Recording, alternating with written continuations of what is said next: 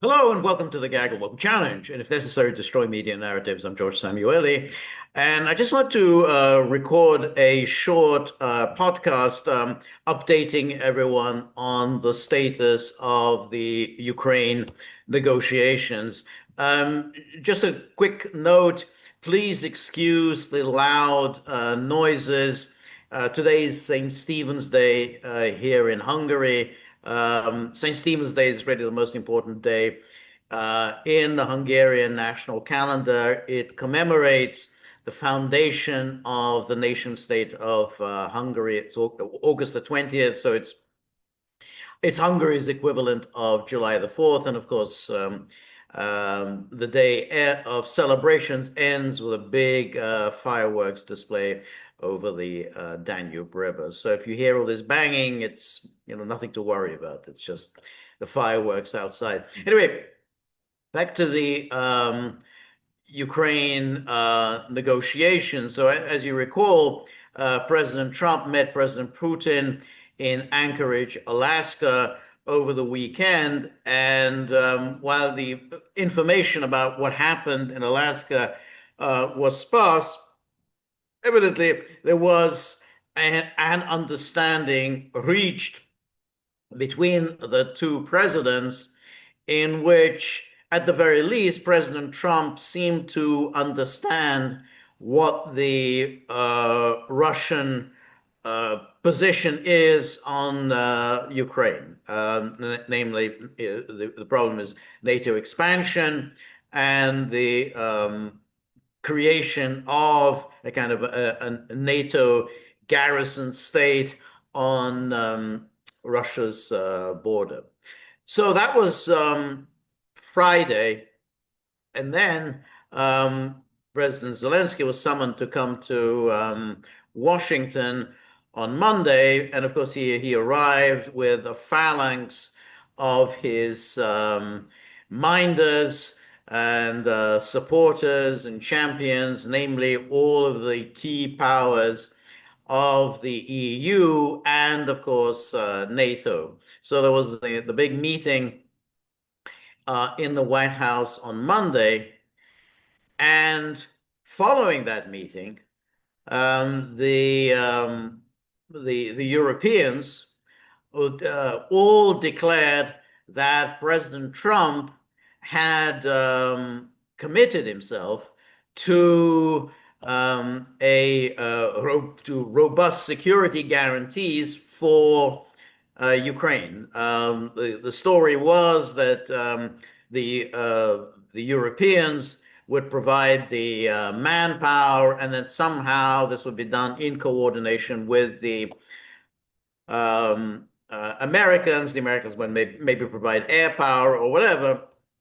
But it was apparently quite remarkable that President Trump agreed to this. Even more remarkable was the claim that the Russians had signed on to this. And as soon as the meeting in the White House was over, these Europeans all took to the airwaves, and even as they were heading home, to declare that they were ready now to make preparations for this, to send their forces in as part of Ukraine's security guarantees. However, the more we look at whatever was discussed and whatever was agreed upon in Washington and subsequently, the less there is that meets the eye, because it's not at all clear what Trump has committed himself to in Ukraine. And it's very, very far from clear, to say the least, that the Russians have accepted the presence of NATO powers as part of the security guarantees to Ukraine. Because what's really going on here is a deliberate deceit being played on the unsuspecting public as to the meaning of security guarantees. Because what the NATO powers say as robust security guarantees for Ukraine. By that, they mean essentially Article 5 type security guarantees or promises to do whatever in the event of an attack on Ukraine. So Article 5 is, of course, somewhat ambiguous. But it's the idea behind it is an attack on one is an attack on all, and then all NATO member states will supposedly decide what each and every one of those NATO states will do in response to this attack on one NATO member state. So well, it was not exactly a commitment to go to war by all NATO member states, but nonetheless, it's a commitment to do something in response to an attack. So what all the Keir Starmers and Macrons and Ursula von der Leyens and Friedrich Merz were saying after the meetings on Monday was that the United States and its NATO partners were ready to issue these Article 5 type guarantees for Ukraine, even though Ukraine was not a member state of NATO, and nobody was talking about inducting Ukraine into NATO. And even more surprising and quite astonishing that there was saying that the Russians had agreed to this. And this is where the deceit comes in, because the Russians do indeed talk about security guarantees for Ukraine. President Putin talked about this during the brief news conference after the meetings in Alaska, and he talked there security guarantees. But what the Russians mean by security guarantees is very different from what NATO means, because what the Russians mean is security guarantees offered by a number of great powers. And they would guarantee Ukraine's neutrality. And should there be an attack, should there be a violation of Ukraine's neutrality, a violation of Ukraine's sovereignty, territorial integrity, then all of the guarantor powers would have to agree that there has indeed been such a violation, and that they would all be ready to take up arms or to do whatever. But that's really the point. They would all have to agree to this, because if there wasn't that proviso that everyone would have to agree to it, then of course it would just be a NATO type guarantee for Ukraine, which would in fact mean that NATO could launch an attack on Russia by claiming that Russia had violated Ukraine's territorial integrity, sovereignty, or whatever. And that's really the key issue, because then that Russia could not agree to that, that essentially Ukraine would then be de facto NATO member state. That's why the Russians inserted into the Istanbul Accords this proviso that there would be a number of guarantor states, and they would all have to agree that there was indeed an attack on Ukraine. Now, the NATO powers know perfectly well what the Russian position is. So therefore, they are lying when they claim that Russia has apparently agreed to these robust security guarantees offered exclusively by NATO. So let's just take a look at what really transpired on Monday after the meetings in the Oval Office. So here was the truth that was sent out by President Trump, and he lists everybody who took part in the meetings, and then he said, during the meeting, we discussed security guarantees for Ukraine. which guarantees would be provided by the various European countries with a coordination from the United States of America. Everyone is very happy about the possibility of peace for Russia and Ukraine. And then at the conclusion of the meeting, I called President Putin and began the arrangements for a meeting at a location to be determined between President Putin and President Zelensky. So this was the second thing that came out of the meetings at the White House. So there was, the first was these robust security guarantees, and the second is that now that NATO had effectively brought Ukraine into its fold, albeit in a kind of de facto way, now that that has happened and Russia has signed off on it, there should be a meeting between Putin and Zelensky to seal the deal. And so there was this drumbeat now that, this Putin and Zelensky are going to meet and draw up the papers to agree to this deal. So presumably the lines of contact would be frozen at where they are right now. But what matters, what's really important here for NATO is that there would be these security guarantees, and Russia will have essentially accepted a NATO presence in Ukraine. And of course, that would be a victory for NATO, because this was exactly what the Russians had gone to war to avoid, and now Russia was apparently accepting of this. So that's why, but they wanted this meeting. There was supposed to be a meeting between Putin and Zelensky that would seal the deal. And then Trump would join them, so it would be a trilateral meeting, and then therefore that would be finally a settlement between Russia and Ukraine, which would be a kind of Minsk III agreement. The conflict would be frozen, and in the meantime, Ukraine would be strengthened, rehabilitated, all of its weaponry, equipment would be replaced, its forces would rest, would be retrained, regrouped by NATO, so that the war can be started up again in 2, 3, 4, 5, 10 years' time. So in other words, what NATO wanted was to freeze the conflict and then start it up again in a few years' time when Ukraine would be in a much stronger position than it is now. And that was clearly the plan, and that's what these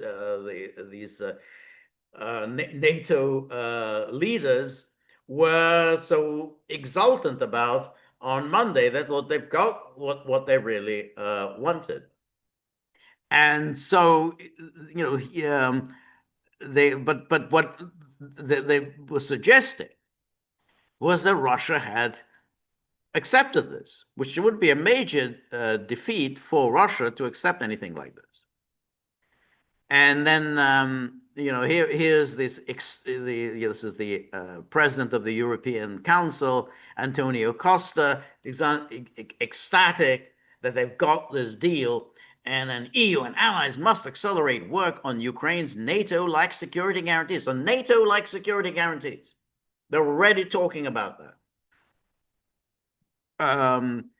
And then the EU leaders want to capitalize on growing diplomatic momentum to end Russia's war in Ukraine and ensure the country has what it needs to deter any future aggression. And the European Union and allies must match the intense diplomatic activity to end Russia's war in Ukraine with practical work to provide Kiev with security pledges, including NATO's Article 5-like guarantee. So Antonio Costa said. And then after 3.5 years of war, diplomatic activity is accelerating, and there is growing momentum around providing Ukraine with security guarantees, including the agreement of President Trump to participate in this effort. So this was, quite a remarkable thing, because what they're claiming is that, well, we've got it. We've got what we really wanted, which was NATO forces in Ukraine. And quite a remarkable turnaround because you remember even President Biden hadn't offered security guarantees for Ukraine. So now they think, well, we've got Trump. Trump has agreed to this, and Russia has apparently signed off on this. Um, and here's Keir Starmer, obviously also, very, very excited. He says, turning to the next step, the Prime Minister's message from Downing Street. The Prime Minister outlined that coalition of the willing planning teams would meet with their US counterparts in the coming days to further strengthen plans to deliver robust security guarantees and prepare for the deployment of the reassurance force if the hostilities ended. Now, at least there is the caveat if the hostilities ended, because that's really the point. Because if Russia doesn't accept this, is not going to accept and all the signs are that Russia hasn't accepted this, then the hostilities don't end. And if the hostilities don't end, then there is no scope for security guarantees, and therefore there is no scope for NATO forces in Ukraine. The leaders also discussed how further pressure, including through sanctions, could be placed on Putin until he showed he was ready to take serious action to end his illegal invasion. So this is a little unclear that the war ends, but you continue to wage this a kind of a war against Russia. Why would Russia end this? The hostilities ended, but we have to apply further pressure against Russia. So what's the incentive for Russia to end this war, particularly as they're getting something that they don't want, namely NATO forces in Ukraine? But but we're going to continue and take action to end his illegal invasion. So they're going to end that. So it's amazing how NATO, and with Keir Starmer, is interpreting events as a victory for NATO, which is quite a remarkable misreading of the realities on the ground. And then this was the commentary from the Kremlin after the telephone call between Trump and Putin on Monday, after Trump had concluded his meeting with the Europeans. And Ushakov says that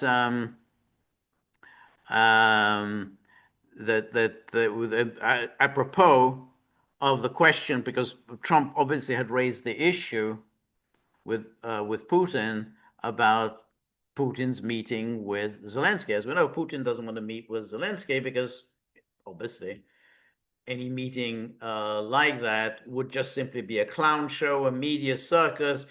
Zelensky would arrive with all his NATO minders, and the media would just be there doing their usual thing of screaming at Putin, why are you killing civilians, and so on.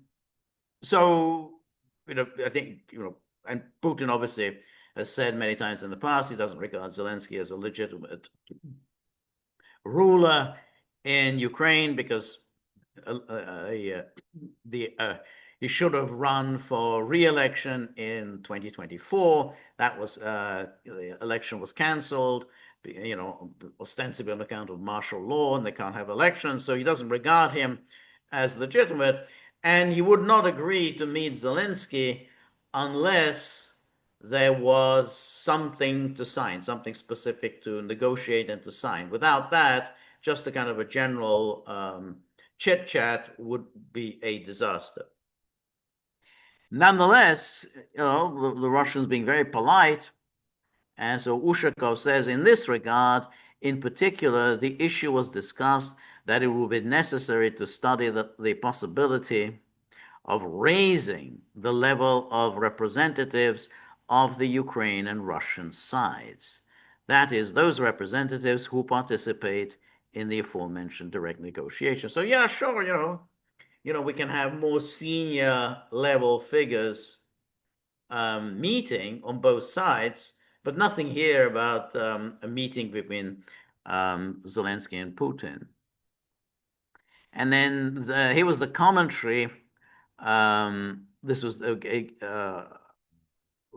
after the meetings in the White House. This was the commentary from the Russian Foreign Ministry, issued by Zaharova.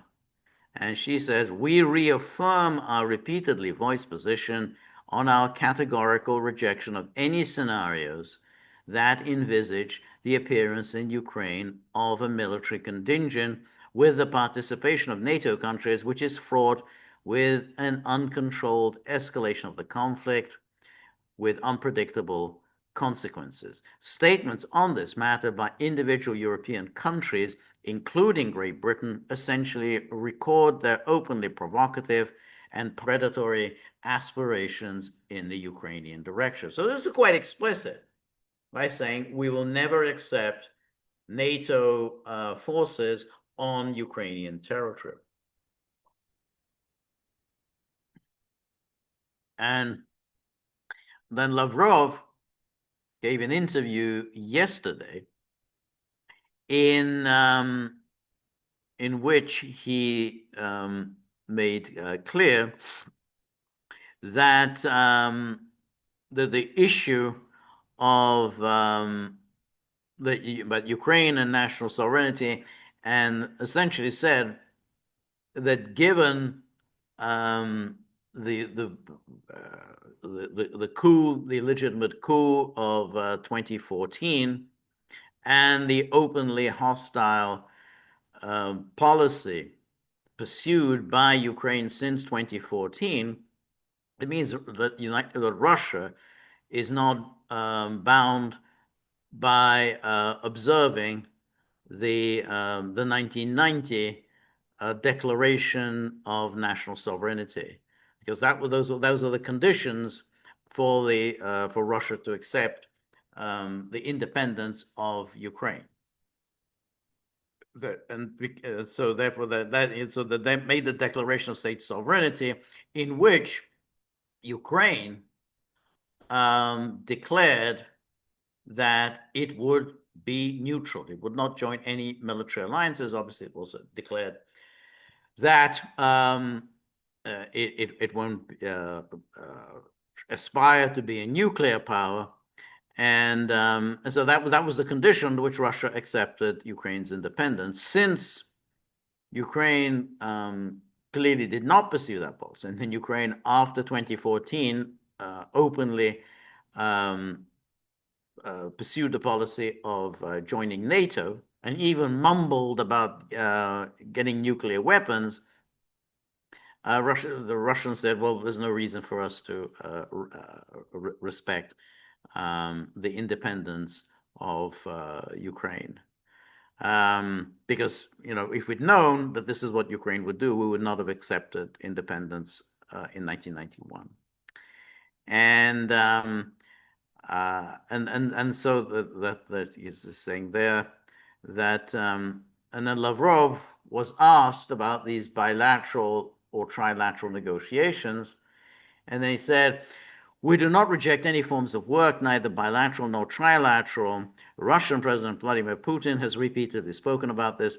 The main thing is that any formats, 1+1, 1+2, multilateral formats, of which there are also many, including within the UN, all these formats are included, not so that someone writes in newspapers in the next morning or shows them on TV in the evening, or gossips on social networks trying to disrupt, skim off the propaganda film, but in order to step by step, gradually starting from the expert level and then going through all the necessary stages, prepare summits. We will always support such a serious approach. Any contacts with the participation of top officials must be prepared with the utmost care. In other words, we're in no hurry to meet Zelensky, because we having some kind of a big media performance. That doesn't help anyone. So, this has always been the Russian position that, if we're going to have a summit, it has to be thoroughly prepared, and we have to make sure that there are some documents to sign and that it doesn't just become a media spectacle. So Lavrov clearly, in this interview, was just pouring cold water on the idea of this Putin-Zelensky summit, even though the media keep talking about this. I mean, it's not non-stop discussions about how the preparations are being made for the Putin Zelensky meeting. Lavrov, the foreign minister, says, that doesn't really interest us. That's not how we operate. And here's Rubio. This is Axios. Which is always in the know with officialdom. Rubio to lead Ukraine's security guarantees talks, with Trump promising air support. So right again, this is what they're talking about: the security guarantees only involving the NATO powers. So nothing along the lines of the Russians want, involving the NATO powers, and Trump promising air support. And here we have the senior officials from the US, Ukraine, several European countries are expected to work in the coming days on a detailed proposal for security guarantees for Ukraine, likely involving US air power. Why it matters: US and European security guarantees are a key Ukrainian demand. After months of refusing to discuss the issue, President Trump has come round to the idea of US involvement in such a scheme. And in an interview with Fox News on Tuesday, Trump stressed there will be no US boots on the ground, but said he's open to providing American military air support to any European military forces stationed in Ukraine. Now, of course, we know that once you provide air support, you are there. It doesn't matter whether you've got boots on the ground, you don't have boots on the ground. It's American power that is in Ukraine, and the Russians know this.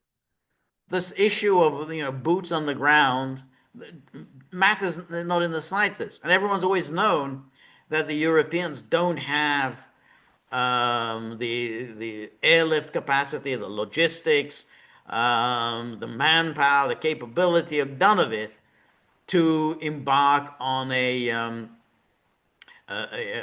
military presence in Ukraine. They can only do it using U.S. Equipment, U.S. Airlift capability, and of course U.S. Air defense capabilities, U.S. Missiles, U.S. Anti-ballistic missile systems. The whole thing would be run by the Americans. Doesn't matter whether there are any actual American boots on the ground, but this would be an American-run operation, and everybody knows this. Even though there is this ridiculous hair-splitting nonsense about, well, if there's no boots on the ground, then essentially the Americans are not there. No, of course it's an American-run operation, because the Europeans do not have the capability of mounting any kind of a mission in Ukraine. Trump also said that he thought Russian President Vladimir Putin would accept US-European security guarantees for Ukraine, but we will know in the next few weeks. Now, Trump talks in a very unclear way, and it's not clear, to say the least, whether Trump really believes that the Russians will accept US-European security guarantees for Ukraine in this form, particularly as the Russians have made very clear that they won't.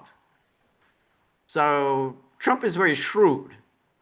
And so it's very unlikely that Trump really believes that the Russians will accept this. And then again, this Axios goes on that this commission, that with two sources with knowledge of the issue said a U.S.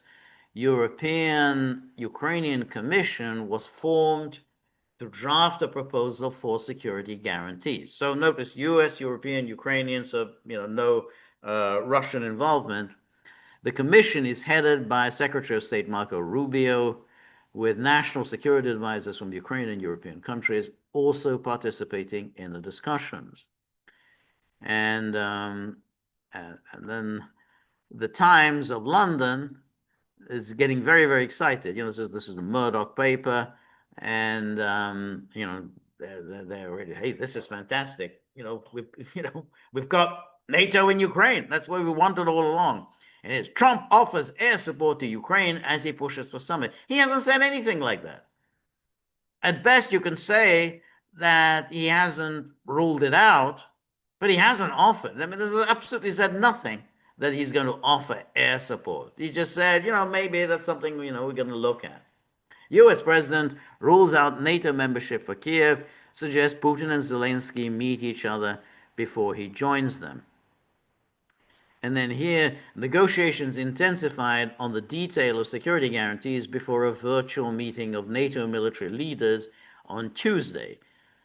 So we have the NATO virtual meeting, and that involves the U.S. Chairman of the Joint Chiefs, General Dan Kane, or Raising Kane, as Trump refers to him as, the British Chief of the Defense Staff, Admiral Sir Tony Radakin, will be in Washington for consultations on, quote, plans to deliver robust security guarantees and prepare for the deployment of a reassurance force if the hostilities ended.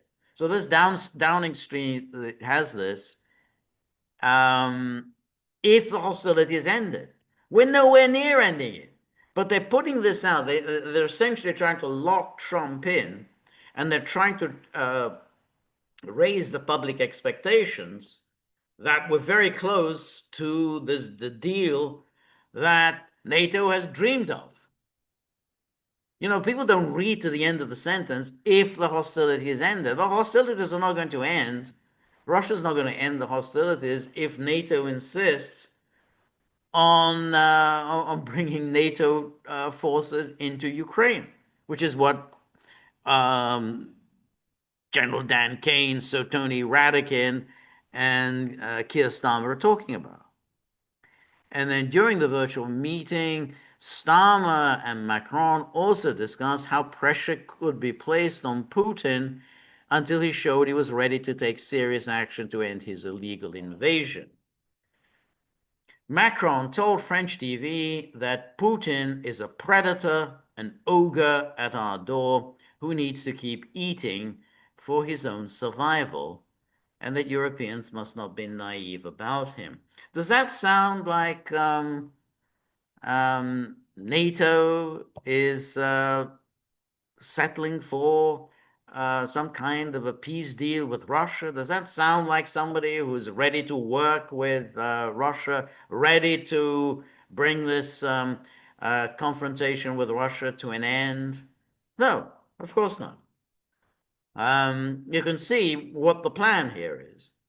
A temporary pause in the fighting while NATO prepares for the next round of fighting. I mean, when you're talking like this, predator, ogre, who needs to keep eating for his own survival, that's stronger language than anything used during the Cold War. I mean, Macron talked about the containment policy towards Russia. He mentioned that during his interview with NBC on Monday. This talk is one which is essentially it's a declaration of war against Russia, kind of a permanent state of war, hot, cold, whatever. But that's the way Macron and Starmer are talking. And now here is Lavrov's comments today in Moscow during a presser following his meeting with the Jordanian foreign minister. And so he's asked about, according to the US President Donald Trump, France, Germany, and Great Britain want to deploy their troops on Ukrainian territory. He also does not rule out the possibility of Washington providing air support. At least they present it in the correct way. He doesn't rule it out, unlike the Times, which declared that Trump was offering air support. And then Lavrov says, we are monitoring what is happening in the international community. And then he says, as for the reports of Great Britain, France, and Germany want to develop collective security guarantees, we are in favor of these guarantees being truly reliable. This is the point, reliable. We have a good example that relates to the initiative of the Ukrainian side itself. This was in Istanbul in April 2022 when the Ukrainian negotiating team proposed the basic principles of agreements on ending hostilities and ensuring a sustainable settlement. Among these principles was Ukraine's refusal to join NATO or any other military blocs, confirmation of Ukraine's neutral and non-nuclear status.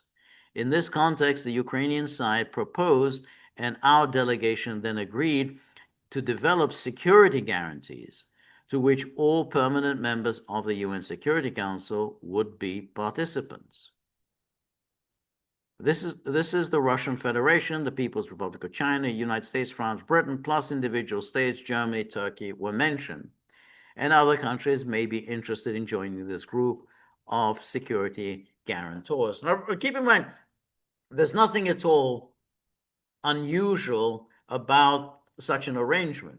There have been any number of examples in history in which a state was declared to be neutral and was guaranteed by great powers. Then its neutral status was guaranteed by the great powers. Belgium in the 19th century was a neutral state. Its neutrality was guaranteed. Austria in 1955, after the withdrawal of the Allied occupation forces. Laos, after the Geneva Accords in 1954. So there's nothing at all unusual about great powers essentially guaranteeing the neutrality of a state.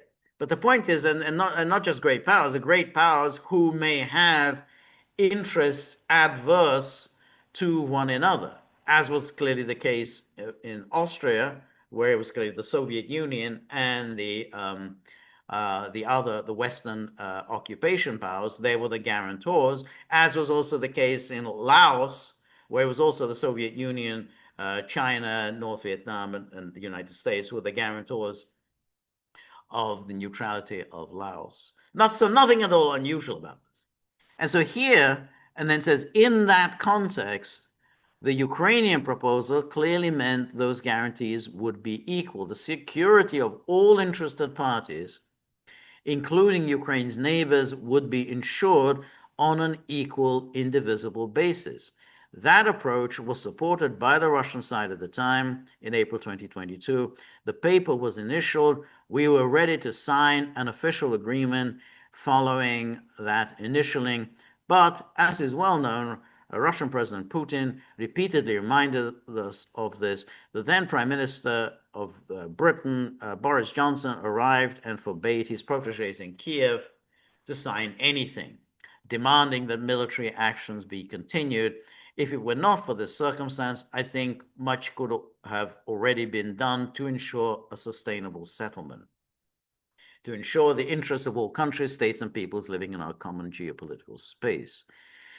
And we cannot agree that now collective security issues are proposed to be resolved without the Russian Federation.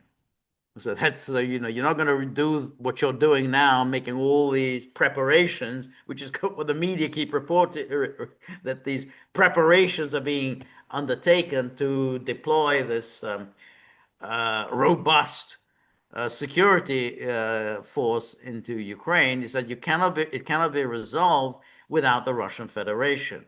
This will not work. We have already explained more than once that Russia does not overstate its interests, but we will ensure our legitimate interests firmly and harshly. I am sure that in the West, especially in the United States, they understand perfectly well that seriously discussing issues of ensuring security without the Russian Federation is a utopia. It is a road to nowhere. It's a road to nowhere. And if you recall, we did a podcast on this when the New York Times in June of 2024 published what we knew about the negotiations in Istanbul in April of 2022. And here it says that in Istanbul, the Russians seem to endorse Ukraine's model of neutrality and security guarantees and put less emphasis on their territorial demands. Afterwards, Mr. Medinsky, Russia's lead negotiator, said Ukraine's offer of neutrality meant it was ready to fulfill those principal demands that Russia insisted on for all those years. And then Ukraine summarized the proposed deal in a two-page document it called the Istanbul communique, which it never published. Status of Crimea was to be decided over a 10 to 15-year period.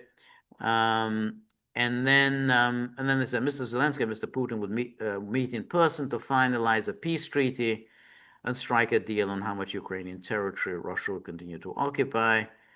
But the important thing is the communique described the mechanism in which other countries would intervene militarily if Ukraine were attacked again, a concept that the Ukrainians pointedly designated as Article 5, a reference to the mutual defense agreements in Article 5 of the NATO treaty. And then it says, to the Ukrainians, binding security guarantees were at the core of a potential peace deal that multiple states would sign on to. So this is the Ukrainian side. Possible guarantor states, Great Britain, China, Russia, United States, France, Turkey, Germany, Canada, Italy, Poland, Israel. So this is what Lavrov was talking about. The guarantor states and Ukraine agree that in the event of aggression, any armed attack on Ukraine or any military operation against Ukraine, each of the guarantor states, after urgent and immediate consultations between them, will provide assistance to Ukraine as a permanently neutral state under attack. So the language is a little vague here. He says each of the guarantor states, after urgent and immediate consultations between them, will provide assistance. So it's not clear the way the Ukrainians wanted. Each would decide after consultations, but there wouldn't necessarily have to be an agreement among the guarantor states. And this, of course, leaves open the door to essentially NATO abusing the situation, could almost call anything at all as a violation of Ukraine's sovereignty or territorial integrity, and therefore be in a position where NATO can start a war. This was Russia's main concern. And so it says the biggest problem, however, came in Article 5. It stated that in the event of an armed attack on Ukraine, the guarantor states that would sign the treaty would come to Ukraine's defense. And then, to the Ukrainians' dismay, there was a crucial departure from what Ukrainian negotiators said was discussed in Istanbul. Russia inserted a clause saying that all guarantor states, including Russia, had to approve the response if Ukraine were attacked. So in other words, to avoid the situation where Ukraine would be used as a battering ram against Russia. Because otherwise, you're still, even if you've got a number of guarantor states, you're still, bringing NATO in by the back door. In effect, Moscow could invade Ukraine again and then veto any military intervention on Ukraine's behalf, a seemingly absurd condition that Kiev quickly identified as a deal breaker. This is editorial commentary by the New York Times.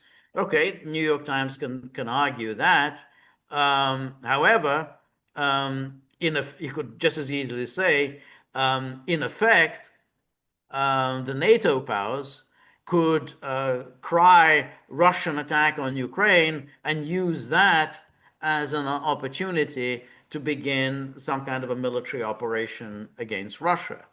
That's the point. I mean, it's that to avoid a situation in which one or other power would use Ukraine for its own ends, you have to say situation all the guarantor states would have to be in agreement that there has been an attack on Ukraine. And then it says Russia tried to secure a veto on Ukraine security guarantees by inserting a clause requiring unanimous consent. And this was the clause: the guarantor states and Ukraine agree that in the event of an armed attack on Ukraine, each of the guarantor states, on the basis of a decision agreed upon by all guarantor states, will so this was the addition to that original draft.